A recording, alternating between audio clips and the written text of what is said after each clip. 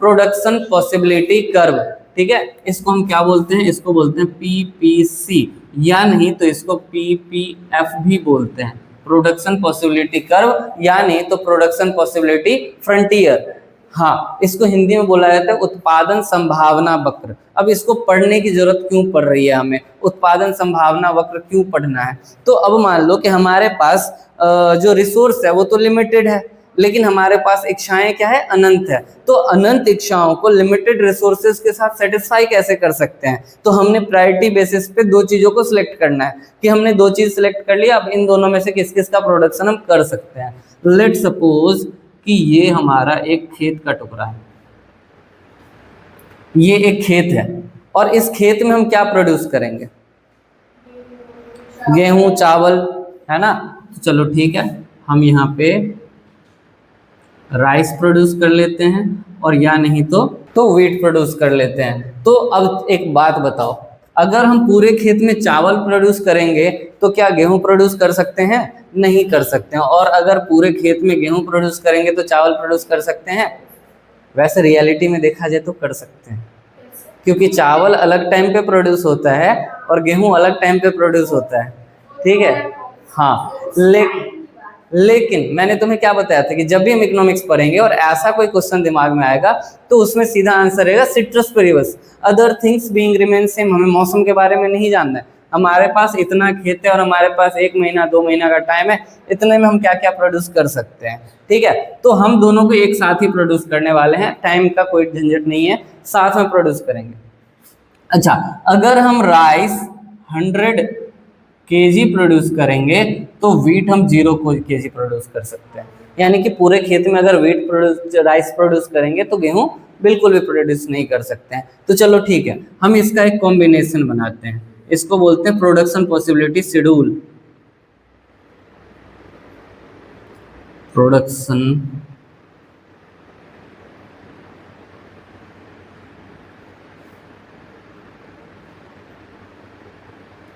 Production possibility schedule एक table बनाते हैं और इसमें हम चेक करते हैं कि किसका कितना यूनिट हम प्रोड्यूस कर सकते हैं। तो ये हम बनाएंगे कॉम्बिनेशन, ये हो गया हमारा कॉम्बिनेशन। कॉम्बिनेशन के बाद यहाँ पे हम देखते हैं कि ये है हमारा राइस और ये है व्हीट। ठीक है, तो अगर हम ए कॉम्बिनेशन की बात करें तो राइस हम 100 केजी प्रोड्यूस कर रहे हैं और व्हीट 0 केजी प्रोड्यूस कर रहे हैं। अगर हम बी कॉम्बिनेशन की बात करें तो हम थोड़ा सा सेक्रीफाइस करेंगे, ए को कम करेंगे, राइस को कम करेंगे। तो राइस का हमने 80 केजी प्रोड्यूस किया, तो व्हीट का कितना प्रोडक्शन हो जाएगा, हमारा 40 केजी प्रोडक्शन हो जाएगा। अगर हम यहाँ पे अपना चावल 20 केजी कम प्रोड्यूस करते हैं तो राइस के लिए थोड़ा सा जगह, व्हीट के लिए थोड़ा सा जगह बन जाएगा। लेट सपोज, हाँ, जरूरी नहीं है ना सबका प्रोडक्शन सेम ही हो सकता है व्हीट ज़्यादा प्रोड्यूस होता हो और चावल कम प्रोड्यूस होता हो, ऐसा भी हो सकता है कि चावल ज़्यादा प्रोड्यूस होता हो और व्हीट कम प्रोड्यूस होता हो। ठीक है, तो हमने पूरे खेत में चावल लगाया तो 100 केजी हुआ, अगर हम इतना अलग कर दिए, सिर्फ इतने में प्रोडक्शन किया तो ये 100 से घट के 80 हो गया और इतने में ही हमारा 40 केजी व्हीट प्रोड्यूस हो गया। ठीक है, तो बी कॉम्बिनेशन में 80 केजी अगर राइस प्रोड्यूस करते हैं तो व्हीट 40 केजी प्रोड्यूस होता है। अच्छा, सी कॉम्बिनेशन अगर हम चेक करें तो अगर हम 60 केजी प्रोड्यूस करते हैं तो अगर व्हीट कितना प्रोड्यूस हो जाएगा, 80 केजी प्रोड्यूस हो जाएगा। ठीक है, क्योंकि फिर से 20 यूनिट का हमने सेक्रीफाइस किया तो इधर 40 यूनिट हमारा बढ़ गया। ये कम ज़्यादा हो सकता है, इसमें हम कुछ नहीं करेंगे, लेकिन क्योंकि हम कैलकुलेशन ईजी रखना चाहते हैं तो हम सेम अमाउंट से चेंज करेंगे। ठीक है, उसके बाद डी, तो डी में अगर हम 40 केजी प्रोड्यूस करना चाहते हैं तो ये हमारा 120 केजी हो जाएगा, और ई में अगर हम 20 केजी प्रोड्यूस करना चाहते हैं तो ये कितना हो जाएगा, 160 केजी हो जाएगा। और अगर हम एफ में इसको 0 कर लेते हैं, राइस को 0 कर लेते हैं तो वेट कितना होगा, 200 केजी हम प्रोड्यूस कर सकते हैं। यानी कि अगर हम पूरे खेत में राइस को हटा के सिर्फ व्हीट प्रोड्यूस करें तो कितना होगा हमारा, 200 केजी प्रोड्यूस हो जाएगा। तो ये हमारा कॉम्बिनेशन बनके रेडी हो गया, इसको बोलते हैं प्रोडक्शन पॉसिबिलिटी शेड्यूल। अब प्रोडक्शन पॉसिबिलिटी शेड्यूल से हम क्या बनाएंगे, प्रोडक्शन पॉसिबिलिटी कर्व बनाएंगे। ठीक है, तो ये समझ में आया कि ये कैसे हुआ, क्योंकि हम पूरे खेत में दोनों ही चीज प्रोड्यूस नहीं कर सकते हैं। अगर हम एक को प्रोड्यूस करेंगे तो दूसरे को छोड़ना पड़ेगा। तुम्हें याद है हमने अपॉर्चुनिटी कॉस्ट पढ़ा था कि एक नेक्स्ट बेस्ट अल्टरनेटिव, यानी कि एक को अगर हम अचीव करना चाहते हैं तो दूसरे को हमें छोड़ना पड़ता है। तो यहाँ पे अगर हमने 20 केजी अपॉर्चुनिटी कॉस्ट रखा तो इधर हमें 40 केजी मिला। तो ये जो 20 केजी हमारा अपॉर्चुनिटी कॉस्ट हो गया, क्योंकि हम 20 केजी और प्रोड्यूस कर सकते थे, लेकिन इसको हमने छोड़ा जिसके वजह से ये 40 केजी प्रोड्यूस हुआ। ठीक है, तो चलो हम इसका पीपीसी बनाते हैं। ग्राफ बनाने आता है तुम लोगों को?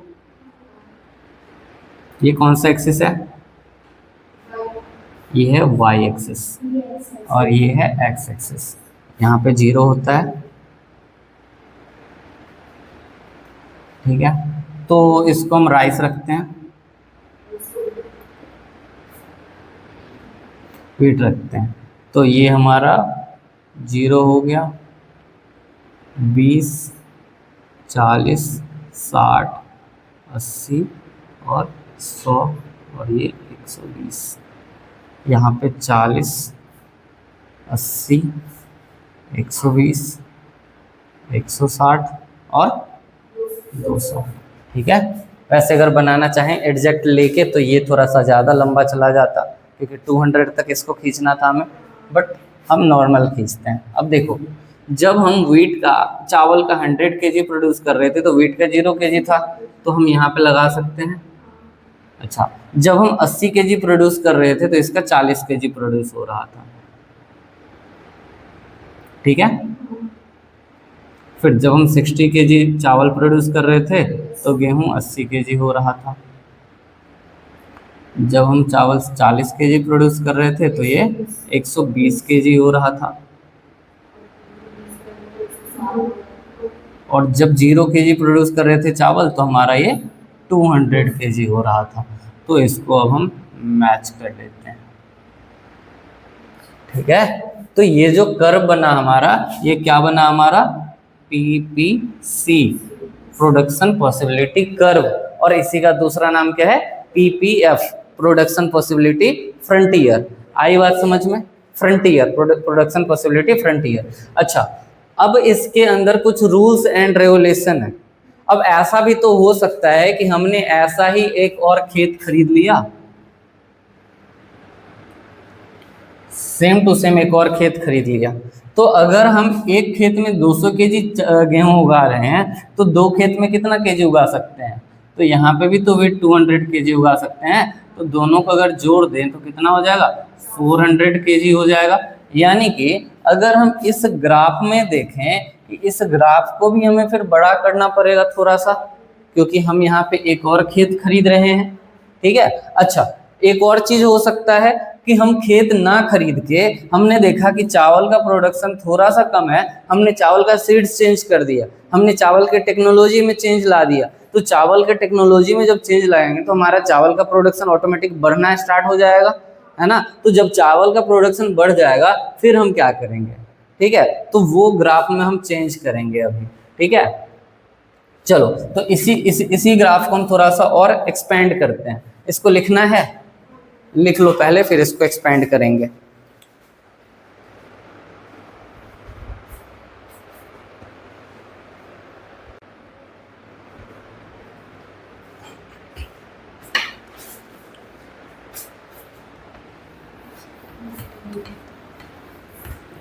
देखो, इसी ग्राफ को हम थोड़ा सा और एक्सपेंड करेंगे,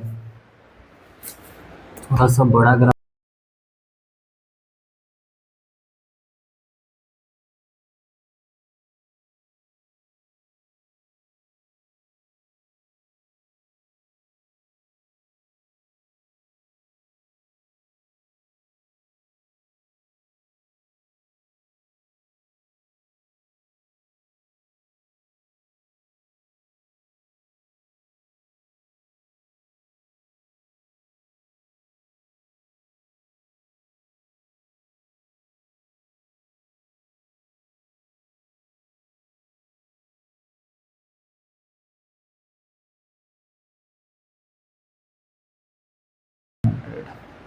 ठीक है, देखो अब क्या करना है हमें, तो हमारा जो ग्राफ था पहला वाला, वो ग्राफ ऐसा था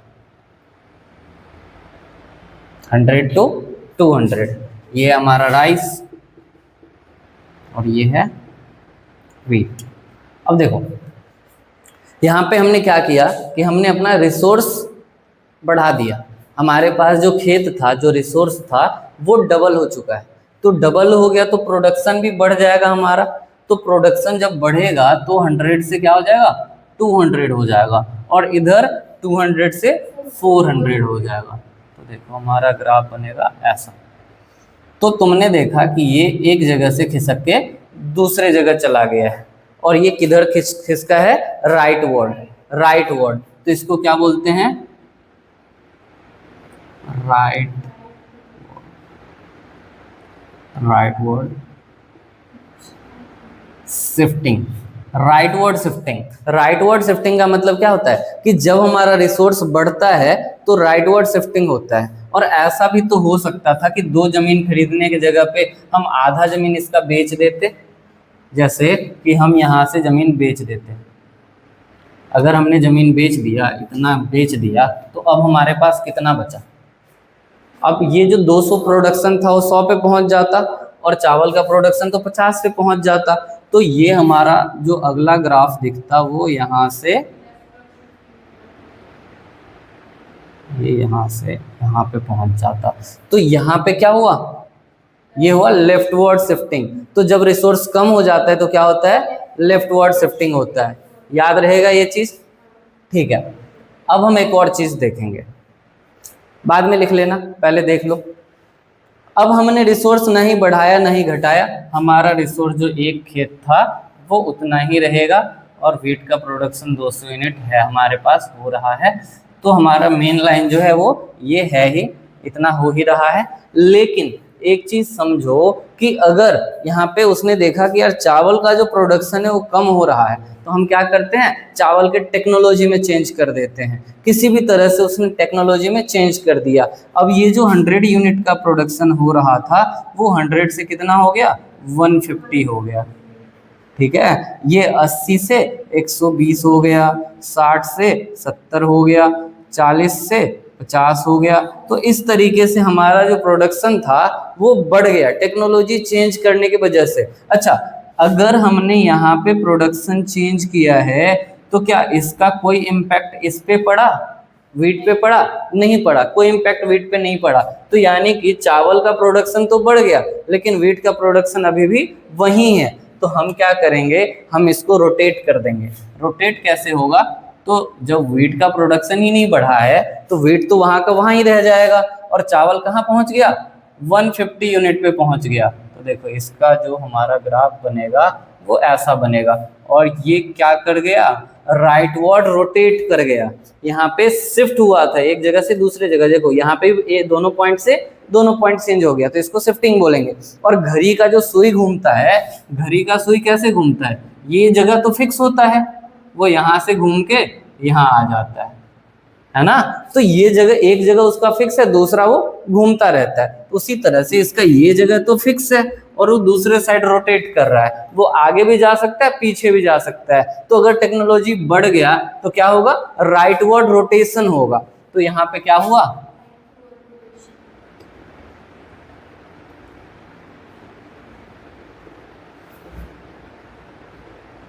राइटवर्ड रोटेशन हो गया, ठीक है। तो राइटवर्ड रोटेशन का मतलब क्या हुआ कि जब हम किसी एक कमोडिटी के टेक्नोलॉजी में चेंज करेंगे और उस टेक्नोलॉजी के चेंज होने की वजह से जब हमारा प्रोडक्शन बढ़ जाएगा तो वो क्या हो जाएगा, राइटवर्ड रोटेशन होगा। अगर हमारा टेक्नोलॉजी खराब हो गया किसी वजह से तो उसके वजह से हमारा प्रोडक्शन क्या हो जाएगा, उस प्रोडक्ट का कम हो जाएगा। और जब प्रोडक्शन कम हो जाएगा तो चावल का जो यहाँ पे प्रोडक्शन था वो ज्यादा था, लेकिन चावल का प्रोडक्शन क्या हो जाएगा, कम हो जाएगा। तो अगर यहाँ से यहाँ खिसक गया तो ये लेफ्टवर्ड रोटेशन हुआ, और लेफ्टवर्ड रोटेशन में क्या होता है कि हमारा टेक्नोलॉजी खराब हो जाता है किसी एक का। अगर दोनों में चेंज आएगा तो शिफ्टिंग होगा, अगर किसी एक में चेंज आएगा तो रोटेशन होगा। याद रहेगा ये चीज, ठीक है। तो प्रोडक्शन पॉसिबिलिटी करो तुम्हें अच्छे से समझ में आ गया। अच्छा, इसमें कुछ अजम्पशंस लिखे हुए हैं। क्या अजम्पशन होने वाला है हमारा?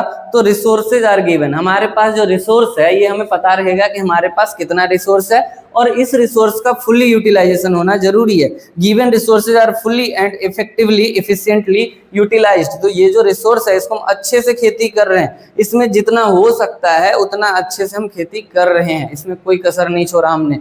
और टेक्नोलॉजी रिमेन कॉन्स्टेंट, तो टेक्नोलॉजी हमें कांस्टेंट रखना है, क्योंकि टेक्नोलॉजी चेंज होगा तो क्या हो जाएगा? रोटेशन हो जाएगा। हाँ, रोटेशन हो जाएगा, तो टेक्नोलॉजी कांस्टेंट रहेगा हमारा, तो ये चीज याद रहेगा तुम्हें। फिर ये एग्जांपल बाद में दूंगा, चिंटा चिंटी चिंटू का। हाँ, उसमें चिंटा चिंटी चिंटू तीनों है।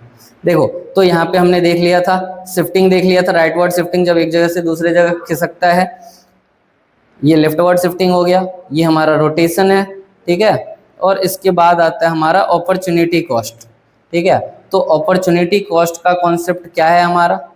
तो इसको बोलते हैं अवसर लागत। अपॉर्चुनिटी कॉस्ट को हिंदी में बोलते हैं अवसर लागत। इसको बोला जाता है best next best alternative use, यानी कि हमारे पास जो पैसे हैं उसका हम हर जगह यूज नहीं कर सकते, हम 4 जगह सोचे और 4 में से किसी एक जगह यूज कर सकते हैं। हम अपने टाइम का भी हर जगह यूज नहीं कर सकते, हमारे पास बहुत सारे काम होते हैं लेकिन जो काम ज़्यादा जरूरी होता है वही करते हैं। नहीं, ऐसा नहीं होता, लोग रील देख लेते हैं जरूरी काम पे, है ना, तो टाइम बर्बाद कर लेते हैं, कहने का मतलब ये है। लेकिन अगर तुम्हें अपॉर्चुनिटी कॉस्ट के बारे में पता होगा तो तुम टाइम बर्बाद नहीं करोगे, क्योंकि तुम्हें उसका कॉस्ट पता चल गया। अरे इतना ज़्यादा महंगा पढ़ाई हो रहा है, बताया था ना तुम लोगों को कि 20,000 का पढ़ाई हो रहा है, तुम लोगों का मंथली खर्चा 20,000 जा रहा है। तो जब तुम्हें पता चलेगा कि 20,000 जा रहा है तो ऑटोमेटिक पढ़ाई होगा, फिर टाइम पास नहीं होगा, ठीक है। तो ये जो अपॉर्चुनिटी कॉस्ट है और मार्जिनल अपॉर्चुनिटी कॉस्ट है, इसको अगले क्लास में अच्छे से पढ़ेंगे हम, ठीक है, क्योंकि इस पे भी एक क्लास लगाना पड़ेगा तब जाके कंप्लीट होगा, ठीक है। चलो, तो कंप्लीट करते हैं अभी।